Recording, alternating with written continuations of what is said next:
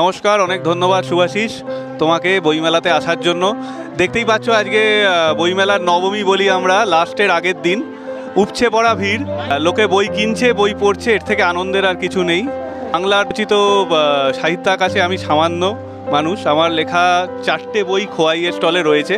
তার মধ্যে লাস্ট বইটা আমি তোমাকে যেটা নিয়ে আগের দিন কথা বলছিলাম, 19শে ডিসেম্বর, মরশুমের শীতলতম রাত, ফ্যান্টাসি থ্রিলার, একটা অলৌকিক ফ্যান্টাসি থ্রিলার। এবং বইটার বিষয়বস্তু বাংলার নকশাল আমল, নকশাল আমলের যে বিক্ষুব্ধ রাজনৈতিক পরিস্থিতি তার উপর ভিত্তি করে এই থ্রিলারটা লেখা হয়েছে। এবং একটা টান টান উত্তেজনাপূর্ণ থ্রিলার, যারা পড়েছে সবার খুব ভালো লেগেছে বইটা। মধুমিত্তির এবছর বেরোলো না, কিন্তু খুব শিগগিরই আবার বেরোচ্ছে। খুব সম্ভবত পয়লা বৈশাখে রিলিজ করবে মধুমিত্তির 4। তার আগে এই বইটি বেরিয়েছে, সবাইকে পড়ার অনুরোধ করছি। এবং শুধু এই বই কেন, যে কোনো বই, যা বই সবাই পড়ুক, বই পড়াতে লোকে মানুষ ফিরে আসুক, এটুকুনই চাই।